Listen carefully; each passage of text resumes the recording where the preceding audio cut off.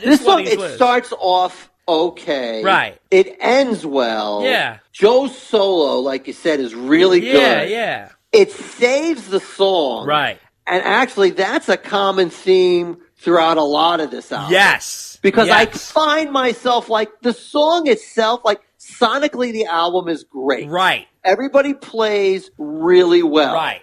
The songs, some are better than others. Right. Joe's solo saves a lot of the song. Yeah.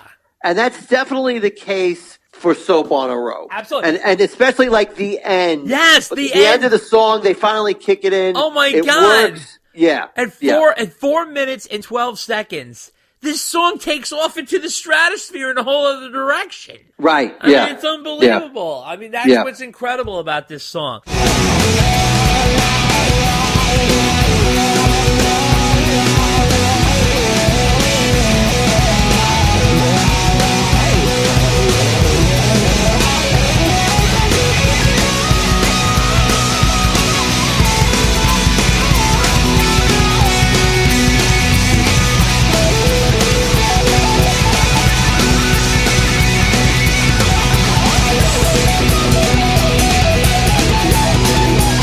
Then you get to the next song, which is Sexy Little Thing, which I thought is probably one of two of the most commercial songs on this. This has a great hook. It's got a great bed of music. But Sam and his lyrics, my little friend is coming out to play. Yeah. I'll give you one better. I'm waiting for David Lee Roth to jump in and sing about Little Elvis. Get my sticky fingers squeaky clean. Oh my God! Yeah, so this is typical Sam. Yeah, this is Sammy double entendre here. Right, exactly. This is sort of like a little bit of a pound cake vibe in terms of lyrics. The band sounds tight, and let me tell you something. This whole album, the band is locked in. I mean, they sound Mike. His bass playing can be seriously appreciated because he is elevated here. He's playing like when he played with Alex and Eddie. He's playing with this sick guitarist and this incredible drummer, and it only improves his game. So it elevates him, and he sounds fantastic.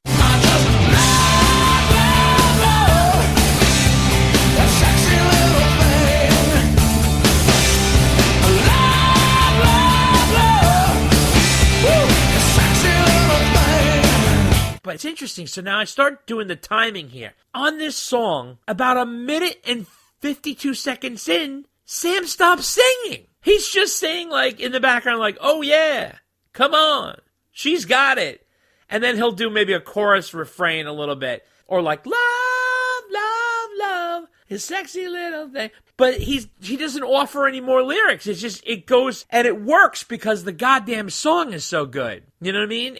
That's what's incredible. It's like someone eating a plate of spaghetti, and there's not a lot of pasta there, but the sauce really tastes good.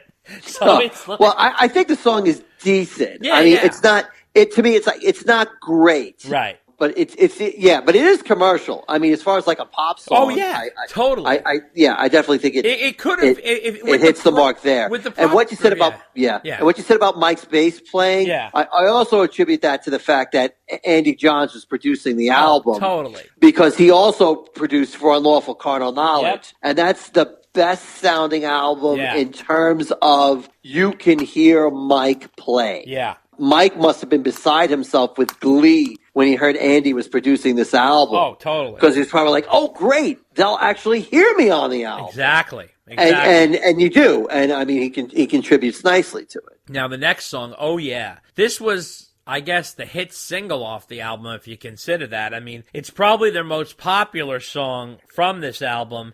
It's got a really solid groove and great riffs. You know, a Satch, Michael Anthony, and Chad are a killer combo. You know, now, if Ed thinks Mike was a weak player, you should hear him play in this song. The band swings. I mean, Satch has so much to offer. Chad gives everything such an incredible groove to it. And Mike has this monster bottom to this song. So if you listen to the way this song really just rocks. If I were a healer, I'd use my hands. I'd put a spell on you. If I were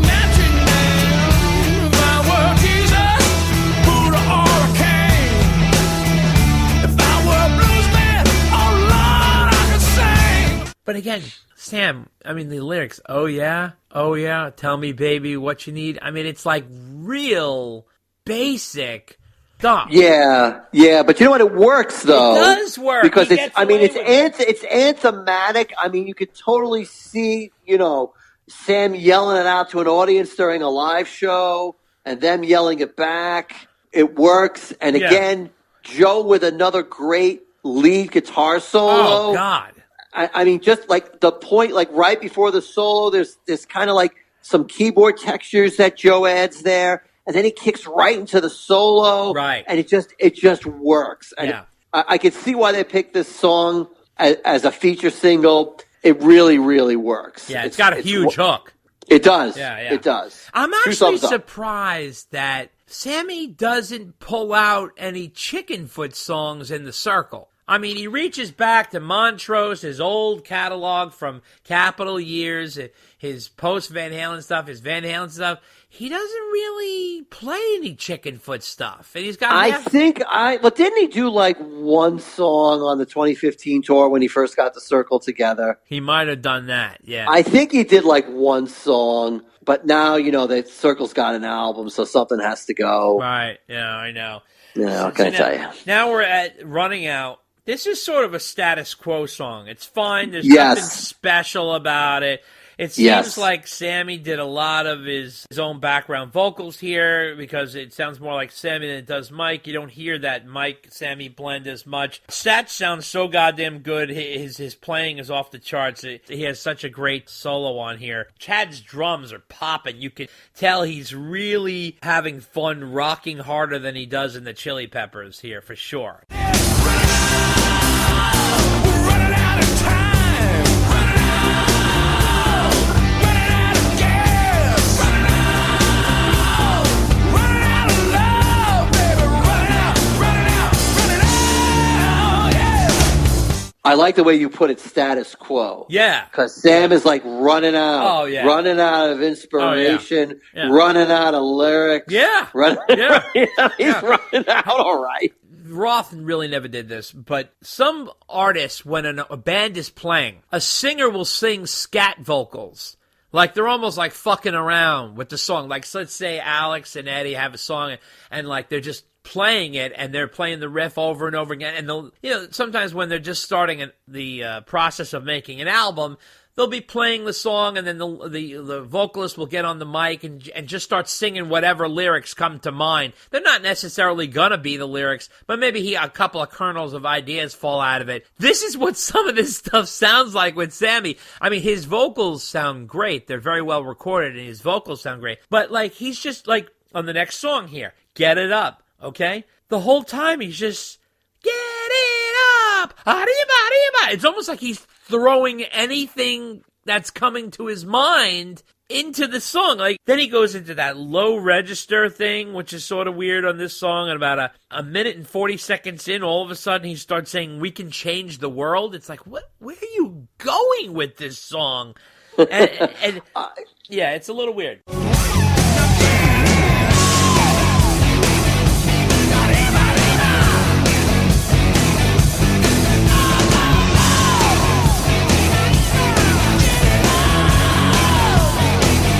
Yeah, but I will tell musically, this song is really good. Unbelievable! I like the guitar tone. I like the rhythm guitar tone that Joe has on this song. Jesus, and he burns the place down. He really is good. I mean, and the song is very danceable. Oh yeah, like you're just jumping around the whole time.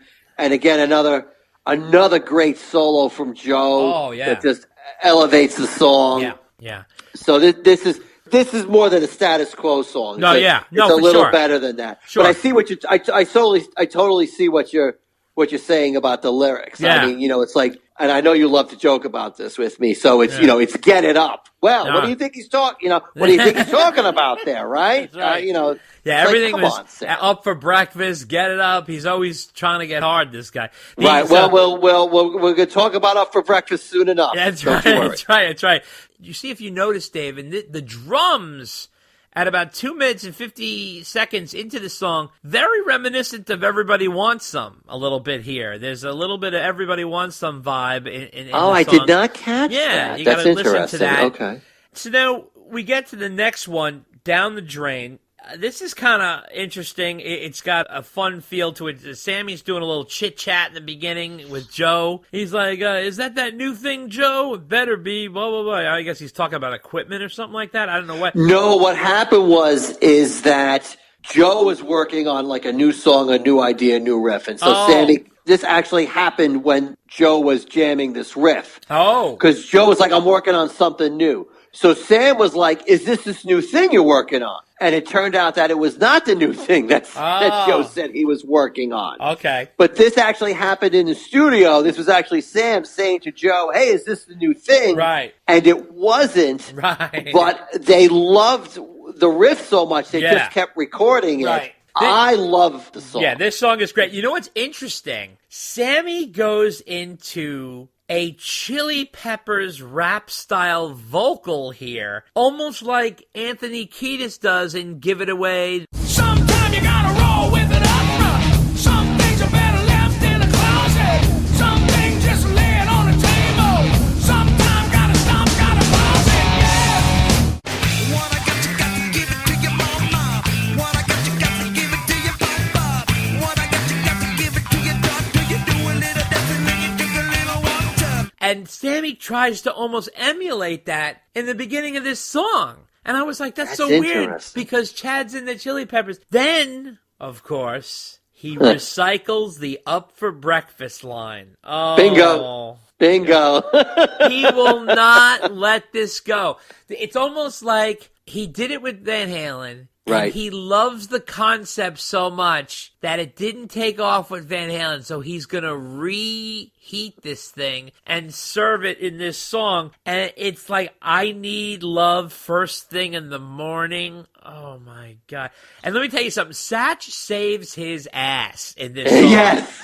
Holy shit. Yes. Because Satch takes this song and just fucking builds on it. It is so goddamn good. And let me tell you guys, this album could be an instrumental trio, and it could still be good. And nothing against Sam. His vocals are great. Sammy never, ever, ever disappoints vocally. He never does. But he does disappoint lyrically. So anyway, this song is wild because by 4 minutes and 30 seconds in, it starts speeding up. And then it becomes the Satch show, and Sammy's like in the background. In fact, I would say that Sammy's sort of in the background for this album in general. He's there and he's providing vocals, but it's like he's not the main star. In this song, which is over 6 minutes long, about 3 minutes and 10 seconds in, Sammy stops lyrics with the lyrics. He's just a little refrain here and there. Other than that, he doesn't offer anything else. To be honest with you, the last 2 minutes of the song is the band jamming. Extended jam, which I loved. Sounds so good. Yeah, this was definitely a song born in the studio. Yeah. Out of a jam. Yeah. It's a very jammy song. The full band gets credit for the song. Yeah. In terms of songwriting, which only happens, I think, like twice on this album. But to me, this is my favorite song on the album. Really? Wow. I think because it was like born this way, out of the studio, just them jamming, not overthinking it. Yeah. And like it really, really works well. It has a spontaneous and I almost wish they would have done more of this. Yeah. For the album, because even though the song is pretty long, it still works and doesn't feel long. Right. And so they totally nailed it from that direction. And it's so good that I almost forgive Sam for the lyrical Up for Breakfast and all the other stuff that, he loves to do in the morning and can't stop talking about. Okay. But again, Joe has another awesome solo, and Joe is just awesome off this album. And one of the great things that I like about this is that you get to hear Joe in a band setting. Like, I know he plays in a band, but like a band with a vocalist, with a more rock traditional setting than just the instrumental stuff that he normally does. It's nice to hear him play in this band setting like this. Yeah, absolutely. It's it's so funny. Like, I keep thinking of, like, it's like, what is Sam going to come up next? He's like,